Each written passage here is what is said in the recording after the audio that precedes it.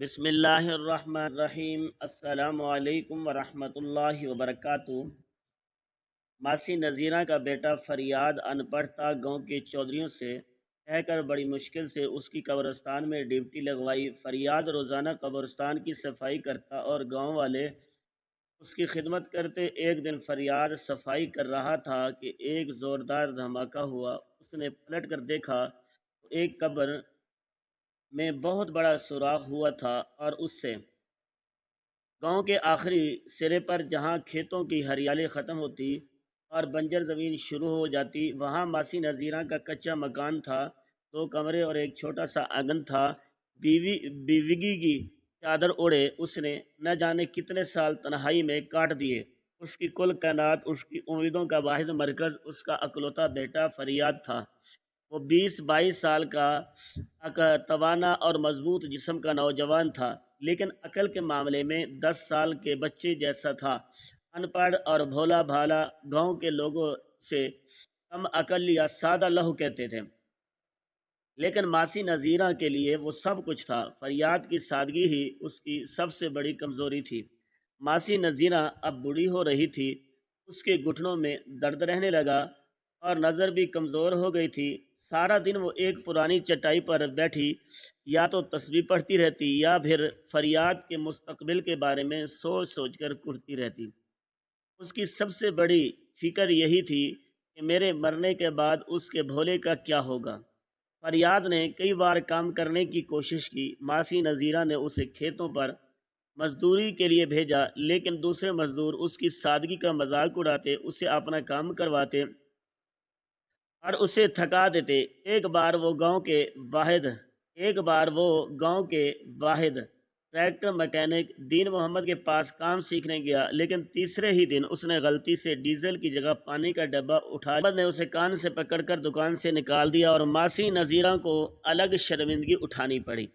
ایک شام جب سورج ڈوب رہا تھا، ماسی نذیرہ نے نم آنکھوں سے اپنے رب کے حضور ہاتھ اٹھا دیے۔ اے مالک، اے پالنے والے، مجھے بوڑھی کی لاج رکھ لے، اس فریاد کا کوئی وسیلہ بنا دے، اسے کسی ایسی جگہ لگا دے جہاں اس کی سادگی اس کے دشمن نہ بنے، بس یہ کسی کا محتاج نہ رہے۔ دعا مانگ کر اس نے آنسو پونچھے اور ایک فیصلہ کیا۔ اس نے اپنی میلی سی چادر کاندھے پر رکھی اور گھر سے نکل پڑی، اور اس کا رخ گاؤں کے سب سے بڑے اور امیر آدمی چودھری حشمت کی حویلی کی طرف تھا۔ چودھری حشمت کا دبدبہ پورے گاؤں پر تھا۔ وہ سخت طبیعت کا مالک تھا، لیکن اس کے دل میں کہیں نہ کہیں پرانے گاؤں والوں کا لحاظ بھی تھا۔ ماسی نذیرہ دوڑتے دوڑتے حویلی کے بڑے دروازے تک پہنچی۔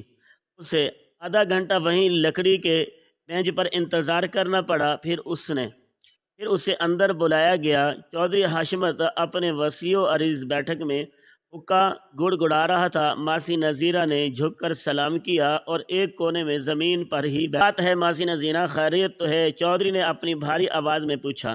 ماسی نذیرہ نے اپنی چادر کے پلو سے آنکھیں رگڑی۔ چودھری جی، میں ایک فریاد لے کر آئی ہوں۔ بول، کیا بات ہے؟ چودھری نے حقہ کا کش لگاتے ہوئے کہا۔ چودھری جی، میرا فریاد۔ اور پھر اس نے اپنے بیٹے کی پوری کہانی سنا دی، اس کی سادگی، اس کی ناکامیاں اور اپنی فکر بندی۔ بولا ہے، پر چور یا بے ایمان نہیں ہے، محنتی ہے، جسم میں جان بہت ہے۔ آپ اسے کوئی کام دے دیں، حویلی کے جانوروں کا گوبر اٹھانے کا ہی دے دیں، بس اسے اپنے سائے میں لے لیں۔ چودھری حشمت کچھ دیر خاموشی سے حقہ پیتا رہا۔ وہ سوچتا رہا، اس کی حویلی میں ایسا سادہ لوح بندے کی گنجائش نہیں تھی، یہاں ہر قدم پر چالاکی کی ضرورت تھی۔ پھر اچانک اس کے ذہن میں ایک خیال آیا۔ اس نے کہا، حویلی کا کام تو یہ نہیں کر سکے گا، لیکن ایک کام ہے۔ ماسی نذیرہ کی آنکھوں میں امید کی چمک جاگ۔ گاؤں کا قبرستان دیکھا ہے؟ چودھری نے پوچھا۔ پرانا گورکن اللہ کو پیارا ہو گیا ہے 2 مہینے پہلے، تب سے وہاں جھاڑو جھگاڑ آگ چودھری نے پوچھا۔ پرانا گورکن اللہ کو پیارا ہو گیا 2 مہینے پہلے، تب سے وہاں جھاڑ جھگاڑ اگ آیا ہے، قبروں کا برا حال ہے، کوئی اسے کام کو ہاتھ لگانے کو تیار نہیں ہے۔ ماسی نذیرہ کا دل دھک سے رہ گیا۔ قبرستان کا کام؟ چودھری نے اس کی حالت بھانپ لی۔ دیکھ ماسی، کام تو کام ہوتا ہے، وہاں اسے تنگ کرنے والا کوئی نہیں ہوگا، سارا دن صفائی کرے، قبروں پر پانی ڈالے، شام کو گھر آ جائے اور گاؤں والے جن کے پیارے وہاں دفن ہیں وہ جمعرات کو فاتحہ پڑھنے آئیں گے تو اس کی خدمت بھی کر دیں گے۔ کبھی کوئی آٹا دے گا، کبھی کوئی پیسے دے گا۔ ماسی نذیرہ نے فوراً چودھری ٹھیک کہہ رہا تھا۔ یہ واحد جگہ تھی جہاں فریاد کی سادگی اس کے آڑے نہیں آئے گی، وہاں نہ کوئی اسے چھڑے گا نہ اس کا کوئی مذاق اڑائے گا، اور سب سے بڑھ کر یہ مردوں کی خدمت تھی، اور سب سے بڑھ کر یہ مردوں کی خدمت تھی، ایک طرف سے ثواب کا کام بھی۔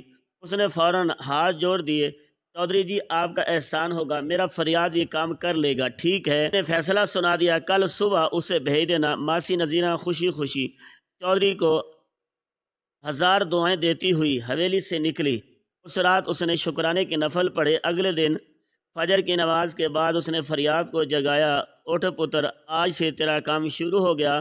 فریاد جو ابھی تک نیند میں تھا آنکھیں ملتا ہوا اٹھ بیٹھا۔ کون سا کام؟ قبرستان کا۔ ماسی نذیرہ نے اسے پیار سے سمجھایا، تو نے بس صفائی کرنی ہے اور قبروں پر پانی ڈالنا ہے۔ فریاد پہلے تو قبرستان کا نام سن کر تھوڑا ڈرا، لیکن جب اس نے اپنی ماں کی آنکھوں میں خوشی دیکھی تو اس نے فوراً سر ہلا دیا، ٹھیک ہے اماں، ٹھیک ہے جیسے تو کہہ رہی ہے۔ وہ روز صبح سویرے دال اور جھاڑو اٹھاتا اور قبرستان چلا جاتا۔ شروع میں اسے تھوڑا ڈر لگتا، لیکن جلد ہی اسے اس خاموشی کی عادت ہو گئی۔ گاؤں والوں نے خاص طور پر جمعرات کو فاتحہ پڑھنے آنے والے عورتوں نے یہ تبدیلی محسوس کی۔ قبرستان اب پہلے سے کہیں زیادہ صاف ستھرا اور پرسکون لگتا ہے۔ وہ فریاد کی اس محنت سے خوش ہوتی، کوئی اسے دعا دیتی، کوئی اسے روٹی سالن دیتی، اور کوئی اس کے ہاتھ پر 10-20 روپے رکھ دیتی۔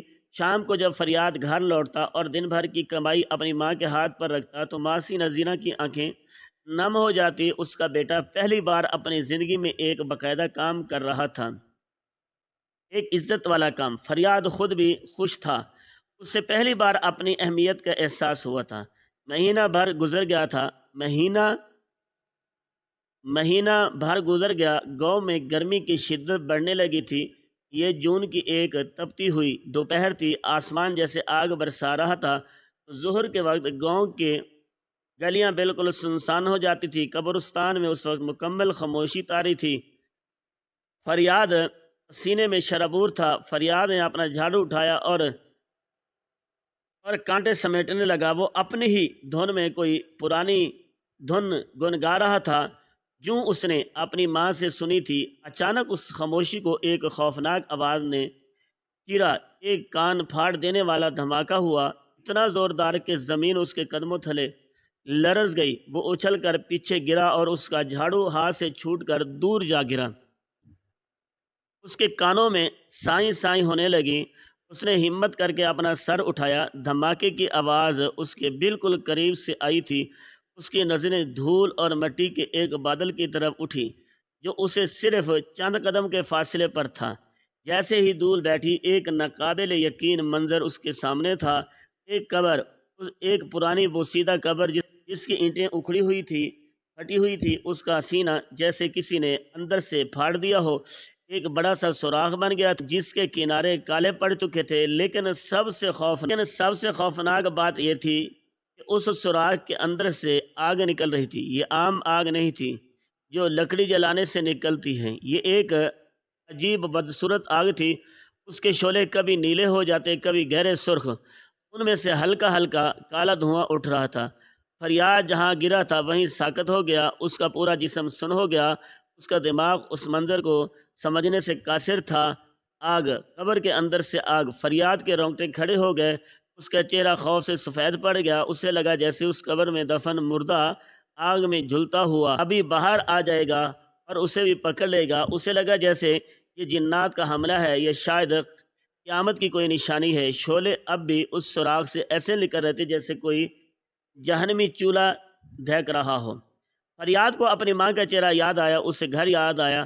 اس کے اندر کی ساری سی ہمت جواب دے گئی، اماں۔ وہ پوری طاقت سے چیخا۔ یہ چیخ خوف، دہشت اور بے بسی کی چیخ تھی۔ وہ اپنے چاروں ہاتھ پاؤں پر اٹھا اور بھاگا۔ وہ ننگے پاؤں جب گاؤں کی پہلی گلی میں داخل ہوا تو ایک کتے نے اس سے دیکھ کر بھونکنا شروع کر دیا۔ دوپہر کے سکوت میں کتوں کو بھونکنے اور فریاد کے چیخنوں کی گاؤں والوں کو چکا دیا۔ لوگ اپنے اپنے گھروں سے باہر نکل آئے۔ انہوں نے دیکھا فریاد قبرستان کا وہ بھولا بھالا رکھوالا زمین پر گرا پڑا ہے، مٹی سے اٹ ہوا اور خوف سے کانپ رہا ہے۔ وہ صرف ایک ہی لفظ دہرائے جا رہا ہے، آگ آگ قبر۔ چند ہی لمحوں میں گاؤں کی مسجد کے سامنے جو پال کے سامنے ایک ہجوم اکٹھا ہو گیا۔ یا جو پال کے تھڑے پر گرا ہوا بری طرح کانپ رہا تھا۔ ماسی نذیرہ جو کسی کام سے گلی میں نکلی تھی، اپنے بیٹے کی آواز پہچان کر بھاگی آئی۔ میرے پتر کو کیا ہوا؟ وہ ہجوم کو چیرتی ہوئی آگے بڑھی اور فریاد کو اپنے بازوں میں بھر لیا۔ فریاد پتر آنکھیں کھول، کیا ہوا ہے تیرے ساتھ؟ کس نے مارا؟ فریاد نے اپنی ماں کی جانی پہچانی خوشبو اور لمس کو محسوس کیا تو پھوٹ پھوٹ کر رو پڑا۔ اس نے اپنی ماں کو مضبوطی سے جکڑ لیا۔ اماں نہ جا، ادھر جا، آگ عذاب۔ چودھری حشمت جس کا نوکر اسے اطلاع دینے حویلی گیا تھا، اپنی مونچھوں کو تاؤ دیتا ہوا پہنچا۔ اس کے چہرے پر غصے اور حیرت تھی۔ دوسرا مسجد کا پیش امام مولوی بشیر تھا۔ مولوی بشیر کی آمد پر ہجوم میں ایک خاموشی چھا گئی۔ اس کی شخصیت میں ایک رعب تھا۔ کیا ماجرا ہے؟ چودھری حشمت نے اپنی بھاری آواز میں پوچھا۔ یہ دوپہر کے وقت کیا تماشا لگا رکھا ہے؟ یہ فریاد قبرستان سے بھاگا آیا ہے، کہتا ہے وہاں آگ لگی ہے۔ آگ؟ چودھری نے حیرت سے کہا، اس تپتی دوپہر میں قبرستان میں کیا گھاس پھوس ہے جو آگ لگ گئی؟ اے فریاد! اس نے فریاد کو جھنجھوڑا، سیدھی طرح بتا کیا ہوا؟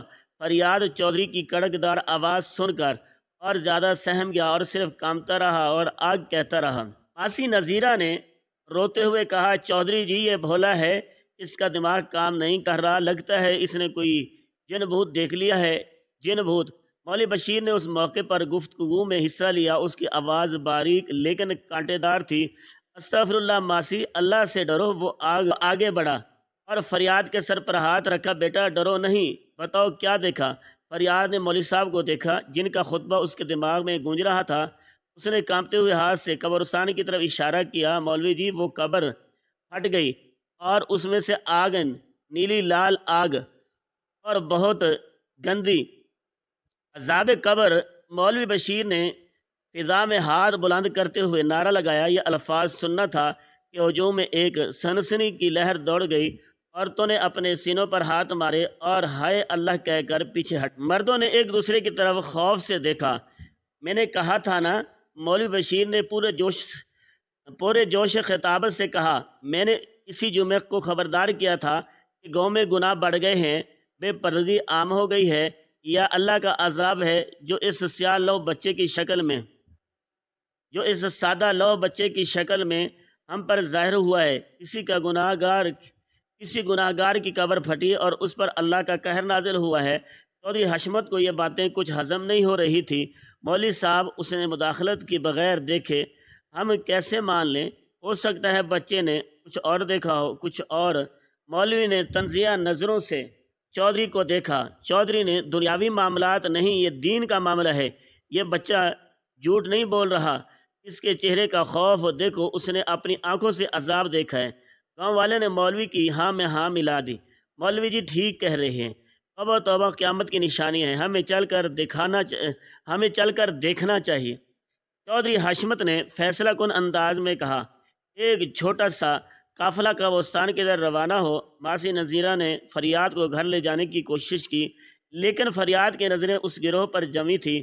وہ اپنی ماں سے لپٹا رہا، لیکن اس کی آنکھوں میں اب بھی خوف کے ساتھ ایک انجانہ تجسس بھی تھا۔ اب کیا ہوگا؟ قافلہ جب قبرستان کے دروازے پر پہنچا تو سب کے قدم رک گئے۔ ہوا میں اب بھی ایک عجیب ناقابل برداشت بو پھیلی ہوئی تھی۔ یہ بو کیسی ہے؟ چودھری نے ناک پر کپڑا رکھتے ہوئے پوچھا۔ مولوی بشیر نے فوراً جواب دیا، جہنم کی آگ کے جلنے کے بو ہے۔ سب نے آیتیں پڑھنا شروع کر دی۔ وہ ڈرتے ڈرتے اندر داخل۔ فریاد کی آواز، جھاڑو اور کندال وہیں بکھرے پڑے تھے، اور احتیاط سے قدم اٹھاتے ہوئے قبرستان کے اس آخری کونے کی طرف بڑھے، اور پھر انہوں نے وہ منظر دیکھا۔ کیکر کے درخت کے نیچے وہ پرانی قبر واقعی پھٹی ہوئی تھی۔ اس کے بیچ میں ایک بڑا سیاہ سوراخ تھا۔ قبر کی اینٹیں اور مٹی دور دور تک بکھری ہوئی تھی۔ آگ اب بجھ چکی تھی، لیکن اس کے نشانات باقی تھے۔ سوراخ کے کنارے کالے سیاہ تھے اور اندر سے ابھی بھی ہلکا ہلکا دھواں اٹھ رہا تھا۔ زمین پر ایک عجیب سا کالا لیس دار مادہ پھیلا ہوا تھا۔ جو دھوپ میں چمک رہا تھا۔ لا حول ولا قوہ چودھری حشمت کے منہ سے بے اختیار نکلا۔ اس نے ڈنڈے سے اس کالے مادے کو چھونے کی کوشش کی۔ خبردار، مولوی بشیر نے چیخ کر اسے روکا اور اسے ہاتھ مت لگانا، یہ عذاب کا نشان ہے۔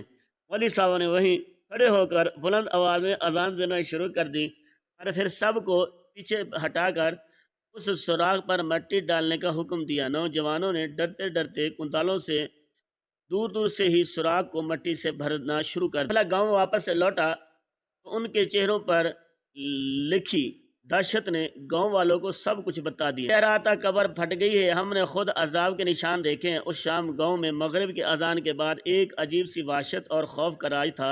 مولوی بشیر نے مسجد میں ایک جذباتی تقریر کی اور سب کو توبہ استغفار کا حکم دیا، اور اس نے اعلان کیا کل صبح پورے گاؤں والے مل کر قرآن خوانی کریں گے اور اس قبرستان کے نحوسوں کو دور کرنے کے لیے دعا کی جائے گی۔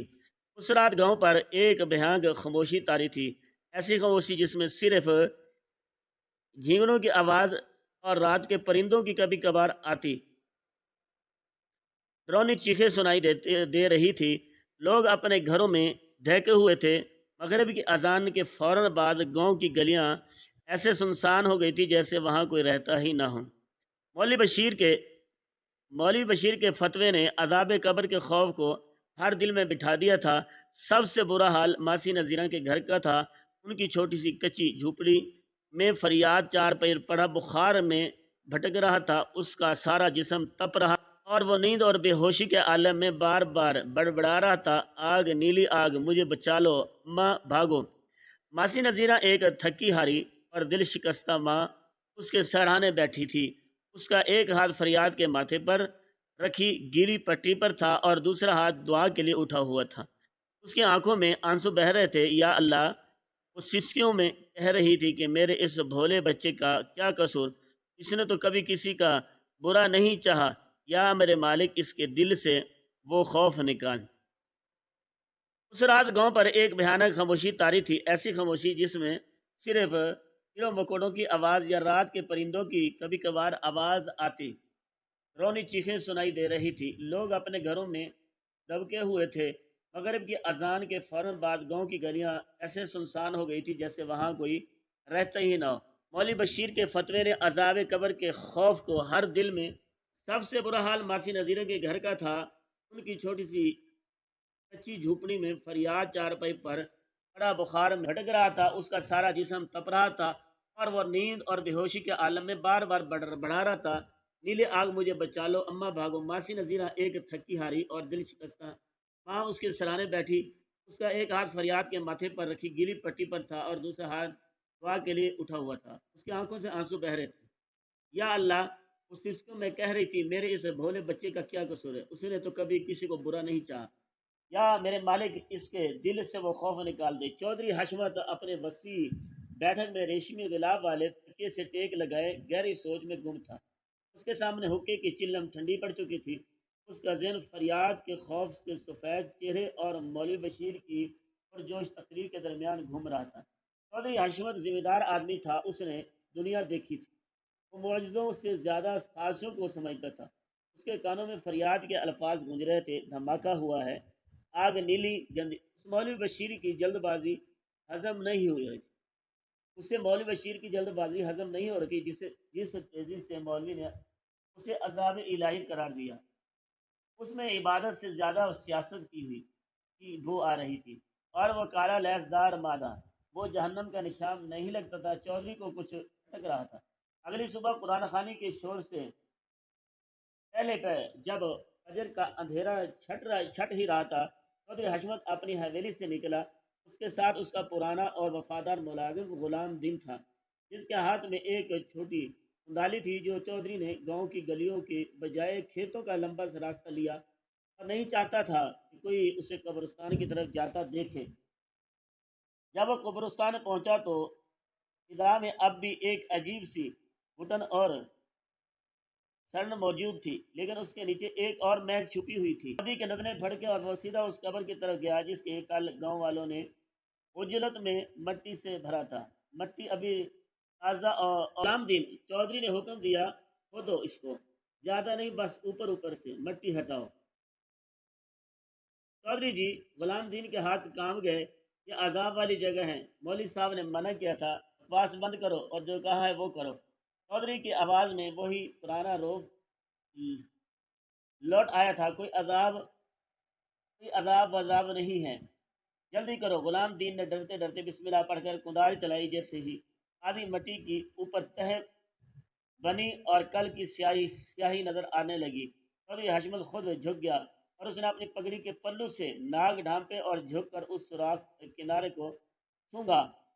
بو واضح تھی، یہ گندے گوشت یا کسی مردار کی بو نہیں تھی، یہ ایک تیز کیمیائی بو تھی، ایسی بو جو اس نے کبھی کبھار شادی بیاہوں پر آتش بازی جلتے وقت یا اپنے 12 بور کی بندوق کے کارتوس میں محسوس کی تھی۔ 12 بور اس کے منہ سے بے اختیار نکلا، اور یہ گندک کی مہک ہے۔ اس نے مٹی میں ہاتھ ڈالا، غلام دین ہائے اللہ کہہ کر پیچھے ہٹ گیا۔ چودھری کی انگلیوں سے ایک کالا جلا ہوا کپڑا کا ٹکڑا لگا جو کسی بوری یا ٹاٹ کا لگتا تھا، اس پر وہی کالا لیسدار مادہ لگا ہوا تھا۔ یہ کوئی آسمانی بجلی نہیں تھی، یہ دیسی ساختہ بم تھا، کسی نے اس قبر کو اڑایا تھا۔ اسے واپس بند کر دو، چودھری نے سرد محریک سے کہا۔ دماغ تیزی سے کام کر رہا تھا، بالکل ویسے ہی جیسے تھی۔ غلام دین، اگر تیری زبان سے ایک لفظ بھی نکلا تو یاد رکھنا، گاؤں میں تیری قبر کے لیے بھی جگہ نہیں ملے گی۔ دونوں خاموشی سے حویلی لوٹ آئے۔ چودھری نے اس دن قرآن خوانی میں سب سے زیادہ چندہ دیا اور مولوی بشیر کی تقریر پر سبحان اللہ بھی کہا، لیکن اس کی آنکھوں میں مجمع میں کسی اور کو تلاش کر رہی تھی۔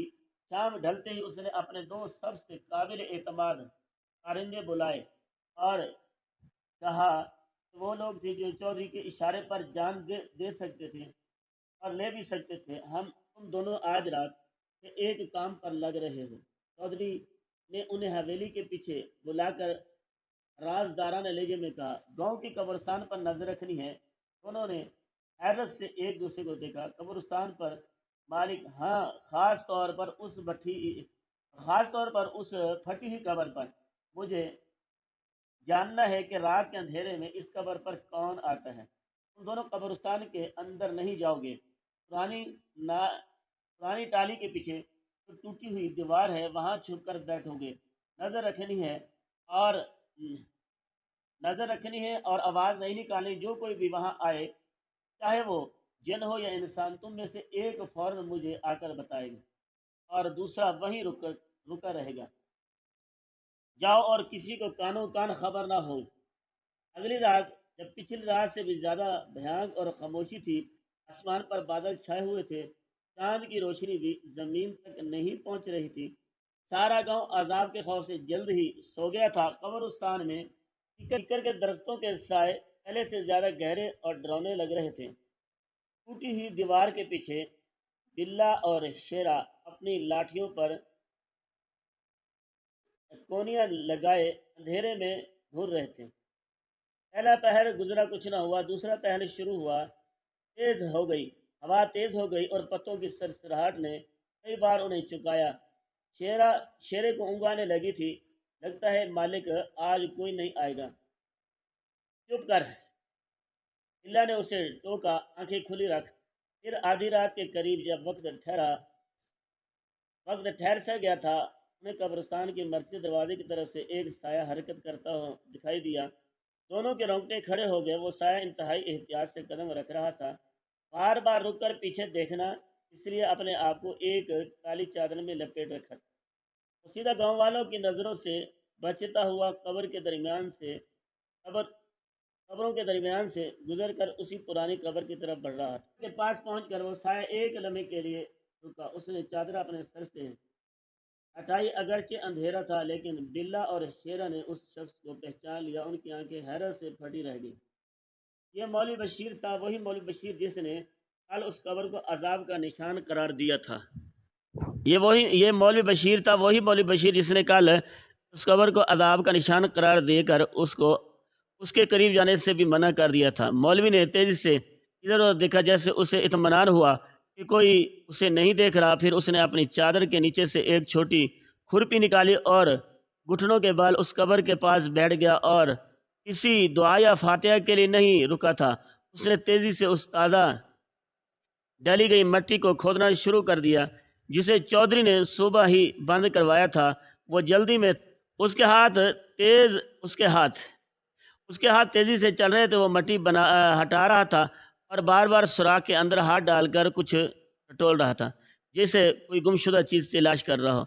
بلا نے شیر کو کونھی ماری، جا مالک کو بلا، بلا بھاگ کر جا۔ شیرا اندھیرے میں کسی بلی کی طرح دبے پاؤں دیوار پھیلانگ کر اور حویلی کی طرف بھاگ کھڑا ہوں۔ بلا اپنی جگہ پر سانس روکے بیٹھا رہا، اس ناقابل یقین منظر کو دیکھتا رہا۔ گاؤں کا پیش امام رات کے اندھیرے میں ایک عذاب زدہ قبر کو کیوں کھود رہا تھا؟ رات کا تیسرا پہر تھا۔ گاؤں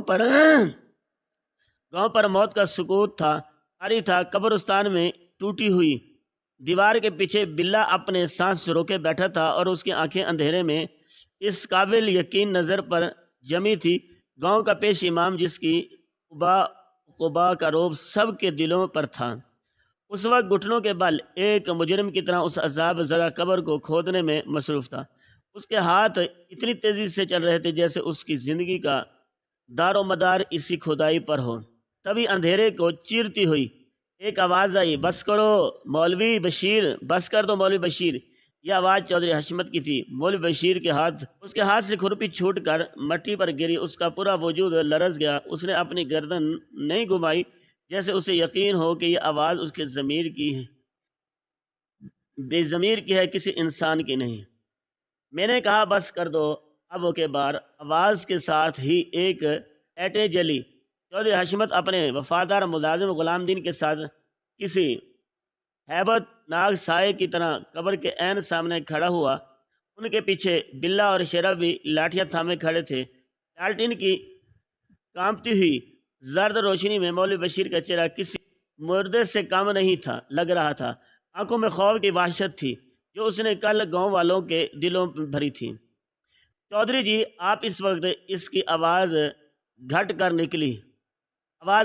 نکلی، میں تو بس اس کی نحوست کو دعا پڑھ رہے تھے، چھوڑا ہوا سامان ڈھونڈ رہے تھے۔ چودھری حشمت کی آواز برف کی طرح سرد تھی۔ اس نے غلام دین کے ہاتھ سے لالٹین لی اور اسے قبر کے سوراخ کے قریب کیا۔ کل تو تم ہی تھے جو کہہ رہے تھے کہ یہ عذاب کا نشان ہے، اس کے قریب مت جاؤ۔ آج کون سی ایسی مجبوری آن پڑی کہ آدھی رات کو عذاب میں ہاتھ ڈالنا پڑا؟ مولوی بشیر کے پاس کوئی جواب نہیں تھا۔ وہ سمجھ گیا تھا کہ کھیل ختم ہو چکا ہے۔ چودھری نے حکم دیا، دیکھو تو صحیح مولوی صاحب کیا گم کر بیٹھے ہیں۔ بلا جو پہلے ہی تیار کھڑا تھا ایک لمحے میں اس آدھ خودی قبر میں کود گیا۔ اس نے مٹی میں ہاتھ مارا اور چند ہی سیکنڈ میں ایک تیل کے کپڑے میں لپٹی ہوئی بھاری بوری کو کھینچ کر باہر نکال پھینکا۔ اس کے گرنے سے ایک دھات کی بھاری آواز آئی۔ یہ منظر دیکھنا تھا کہ مولوی بشیر کی ساری ہمت جواب دے گئی۔ وہ وہیں مٹی کے ڈھیر پر دھڑم سے بیٹھ گیا اور پھوٹ پھوٹ کر رونے لگا کہ میرا قصور نہیں ہے چودھری، میں برباد ہو گیا، مجھ سے گناہ کبیرہ ہو گیا، رونا دھونا بند کرو۔ چودھری گرجدار آواز میں دھاڑا اور اٹھو، یہاں نہیں حویلی میں چلو، وہیں تمہارا حساب کتاب ہوگا۔ 2 گھنٹے بعد فجر کے اذان سے کچھ دیر پہلے چودھری حشمت کی بیٹھک کا منظر کسی عدالت جیسا تھا۔ چودھری اپنی اونچی مسند پر بیٹھا تھا، اس کے چہرے پر غصے اور نفرت کے ملے جلے تاثرات تھے۔ سامنے فرش پر مولوی بشیر اب بغیر پگڑی کے ایک عام گناہ گار کی طرح سر جھکائے بیٹھا تھا۔ بلا اور شیرا دروازے پر پہرہ داروں کی طرح کھڑے تھے۔ اب بولو، چودھری نے ٹھنڈی آواز میں کہا، سچ بتانا کیوں جھوٹ کے پاؤں نہیں ہوتے؟ سچ بتانا کیوں کہ جھوٹ کے پاؤں نہیں ہوتے، اور آج تم رنگے ہاتھوں پکڑے گئے ہو۔ یہ کیا تھا اور کیوں؟ مولوی بشیر کی ہچکیاں بند گئی۔ اپنے آنسوں کو جھٹکا اور کانپتی ہوئی آواز میں بولنا شروع کیا۔ یہ ایک ایسی شخص کا اعتراف تھا جس کا ضمیر اور ایمان دونوں دولت کے ہوس میں جل کر راکھ ہو چکے تھے۔ چودھری جی، میں غریب آدمی ہوں۔ اس نے اپنی کہانی شروع کی۔ مسجد کی امامت سے کتنا مل جاتا ہے؟ میری 3 بیٹیاں جوان ہو رہی ہیں۔ ایک رشتہ آیا تو انہوں نے جہیز کا جو مطالبہ کیا وہ میری اپنی پوری زندگی کی کمائی سے بھی پورا نہیں کر سکتا تھا۔ میرا بیٹا نالائق نکلا۔ میں راتوں کو اٹھ کر روتا تھا، اپنی غربت پر، اپنی بے بسی پر۔ وہ ایک لمحے کو رکا، سانس بحال کی، پھر شیطان نے مجھے ورغلایا دیا۔ جو میں نے پہلے شہر سے کچھ لوگ مجھ سے ملنے آئے تھے، بڑے مہذب پیسے والے لوگ، انہوں نے مجھے بتایا کہ وہ اسلام کے مجاہد ہیں اور ملک کے دشمنوں کے خلاف کام کرتے ہیں۔ انہوں نے مجھے بہت بڑی رقم کی پیشکش کی۔ اس کام کے لیے چودھری نے سختی سے پوچھا، صرف اور صرف کچھ امانت رکھنے کے لیے؟ مولوی نے جلدی سے کہا۔ انہوں نے کہا، یہ کچھ سامان ہے جو ہم شہر میں نہیں رکھ سکتے، گاؤں میں کوئی محفوظ جگہ چاہیے۔ میں نے انکار کیا، لیکن انہوں نے میرے سامنے اتنے پیسے رکھے کہ میری آنکھیں چندھا گئی۔ انہوں نے میری بیٹی کے جہیز اور میرے گھر کو پکا کروانے کا وعدہ کیا، اور تم نے جگہ کون سی چنی؟ اور اللہ کا وعدہ کیا، اور تم نے جگہ کون سی چنی؟ اللہ کا گھر، مسجد۔ چودھری نے تنزیہ پوچھا نہیں۔ مولوی نے نفی میں سر ہلایا۔ میں تو اتنا بغیرت نہیں تھا کہ میں نے سوچا قبرستان۔ اس کی آواز اور بھی دھیمی ہو گئی کہ ایک پرانی لوارس قبر کسی کو شک ہوتا تو وہ مردوں کی جگہ پر مردوں سامان۔ میں نے خود ان کی مدد کی۔ رات کے اندھیرے میں وہ بکس اور بوریا اس پرانی قبر میں چھپائی۔ انہوں نے اس پر سے اسے پکا کر دیا اور کہا، جب وقت آئے گا اور وہ اپنا سامان لے جائیں گے۔ کل وہ وقت آ گیا تھا؟ چودھری نے پوچھا۔ ہاں، مولوی نے سسک کر کہا۔ وہ کل دوپہر کو آئے، مجھے گاؤں سے باہر بلا کر کہا، آج وہ اپنی امانت واپس لے جائیں گے۔ انہوں نے مجھ سے کہا کہ ظہر کے وقت قبرستان کی طرف کوئی نہ آئے۔ میں نے ہی فریاد کو اس کی طرف جانے سے روکا تھا۔ وہ بھولا لڑکا کب کسی کی سنتا ہے؟ پھر وہ دھماکہ، وہ آگ اور ان کی دہشت گردوں کی اپنی حماقت تھی۔ مولوی نے بتایا کہ انہوں نے قبر کو کھولنے کی شاید کوئی تیزاب یا بارود جیسا کوئی کیمیکل استعمال کیا تھا۔ انہیں جلدی تھی اور شاید مقدار غلط ہو گئی۔ جیسے ہی انہوں نے وہ کیمیکل ڈالا، اس نے آگ پکڑ لی اور ایک دھماکہ ہو گیا۔ فریاد کی چیخ سن کر وہ گھبرا گئے اور اپنا آدھا سامان وہیں چھوڑ کر بھاگ نکلے۔ چودھری کی آواز میں اب صرف نفرت تھی۔ انہوں نے اس حادثے کو عذاب قبر کا نام دے دیا ہے۔ میرے پاس اور کوئی راستہ نہیں تھا۔ مولوی بشیر چیخ پڑا، میں پھنس گیا تھا۔ جب فریاد نے آگ کا شور مچایا، میں سمجھ گیا کہ کیا ہوا ہے۔ میں بھاگا وہاں پہنچا۔ میرا پہلا خیال یہی تھا کہ کسی کو اس قبر کے قریب نہ جانے دو۔ اگر کوئی دیکھ لیتا ہے کہ اندر کیا ہے تو میں تو مارا جاتا۔ تم نے اللہ کے نام پر جھوٹ بولا ہے۔ ہاں، مولوی نے اعتراف کیا، میں نے اللہ کے قہر کا ڈرامہ رچا ہے۔ میں نے فریاد کی سادگی اور گاؤں والوں کے خوف کا فائدہ اٹھایا۔ میں نے عذاب کا فتویٰ دیا تاکہ سب لوگ اس قبر سے اتنے ڈر جائیں کہ کوئی اس کے قریب بھی نہ بھٹکے۔ میرا منصوبہ تھا کہ جب معاملہ ٹھنڈا ہوگا تو میں رات کو جا کر وہ باقی بچا ہوا اسلحہ نکال کر کہیں اور دبا دوں گا۔ اور آج رات تم وہی کرنے گئے تھے؟ ہاں، اس نے شکست خوردہ لہجے میں کہا۔ مجھے ڈر تھا وہ لوگ واپس آئیں گے اور سامان نہ ملنے پر مجھے جان سے مار دیں گے۔ میں اس بوری کو نکال لیکن آپ نے مجھے پکڑ لیا۔ چودھری حشمت کچھ دیر خاموش سے اسے دیکھتا رہا، پھر اس نے بلا کو اشارہ کیا۔ بلا نے وہ بوری لا کر چودھری کے قدموں میں رکھ دی۔ چودھری نے اسے کھولا۔ اندر 2 کلاشنکوفیں، گولیاں کے کتنے ڈبے اور 3 ہینڈ گرینیڈ تھے۔ ابا، یہ تیری بیٹی کا جہیز؟ چودھری نے وہ پوری حقارت سے ٹھوکر ماری تو انہیں چند ٹکوں کی خاطر اس گاؤں کے امن کو، ان بھولے بھالے لوگوں کے ایمان کو داؤ پر لگا دیا ہے۔ تو مولوی کہلانے کے لائق ہی نہیں ہے تو انسان کہلانے کے لائق ہی نہیں۔ مولوی بشیر اب فارش پر گرا، چودھری کے پاؤں پکڑ رہا تھا۔ مجھے معاف کر دیں چودھری جی، مجھ پر رحم کریں، میں شرمندہ ہوں۔ میں نے توبہ کر لی ہے، مجھے پولیس کے حوالے نہ کرنا، میری بیٹیاں رل جائیں گی۔ نفرت سے اس کے ہاتھ جھٹک دیے۔ پولیس کو بلا کر میں اپنے گاؤں کے نام خراب نہیں کروں گا اور تیری توبہ اب اللہ ہی قبول کرے گا۔ اس نے فیصلہ سنا دیا۔ صبح کی پہلی بس سے پہلے تو یہ گاؤں چھوڑ دے گا، جہاں تیرا جی چاہے جا، لیکن اگر آئندہ اس گاؤں کے اس پاس بھی نظر آیا تو یاد رکھنا تیری قبر کسی قبرستان میں بنے گی اور اس پر عذاب اصلی ہوگا۔ اگلی صبح یہ گاؤں میں یہ خبر پھیلی کہ مولوی بشیر گاؤں والوں کے گناہوں سے اتنے دل برداشتہ ہوئے ہیں کہ وہ توبہ استغفار اور لمبی عبادت کے لیے گاؤں چھوڑ کر چلے گئے۔ کے وقت چودھری حشمت خود ماسی نذیرہ کے کچے مکان پر آیا اور ماسی غریبہ ڈر گئی کہ شاید فریاد سے کوئی اور غلطی ہو گئی ہو نہیں، ماسی چودھری نے اس کی چار پائی پر بیٹھتے ہوئے کہا، فریاد۔ جواب بالکل ٹھیک تھا۔ کونے میں بیٹھا چودھری کو حیرت سے دیکھ رہا تھا تیرا بیٹا۔ چودھری نے فرمایا، سر پر ہاتھ رکھا، یہ بھولا ہو سکتا ہے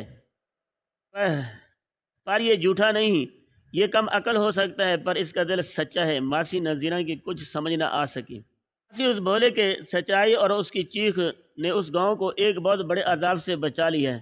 چودھری نے گہری آواز میں کہا، اب یہ قبرستان میں کام نہیں کرے گا، یہ جگہ اس کے لائق نہیں۔ ماسی کا دل دھک سے رہ گیا، تو پھر چودھری جی، کل سے یہ میری حویلی پر کام کرے گا، میری خاص استبل میں میرے گھوڑوں کی دیکھ بھال کرے گا۔ جانور بے زبان ہوتے ہیں اور یہ بھی بے ضرر۔ اس کی سادگی کا مذاق اڑانے والا اب وہاں کوئی نہیں ہوگا، یہ میری حفاظت میں رہے گا۔ ماسی نذیرہ کی آنکھوں سے جو ساری زندگی غم میں بہتے رہے تھے، آج خوشی کے آنسو جاری ہو گئے۔ اس نے اپنے کانپتے ہوئے ہاتھ دعا کے لیے اٹھا دیے اور اس نے اپنے رب سے صرف ایک وسیلہ مانگا تھا۔ اس کے رب نے اس کے بھولے بیٹے کو پورے گاؤں کا ہیرو بنا دیا تھا۔ فریاد کو کچھ سمجھ نہیں آ رہا تھا کیا ہوا، کیوں ہوا ہے۔ وہ بس اپنی ماں کو خوشی سے روتا دیکھ کر، وہ چودھری کے گھوڑوں کے سوچ کر اپنے کوئی سادہ معصوم سا ہنسا، جو اس گاؤں کی سب سے سچی چیز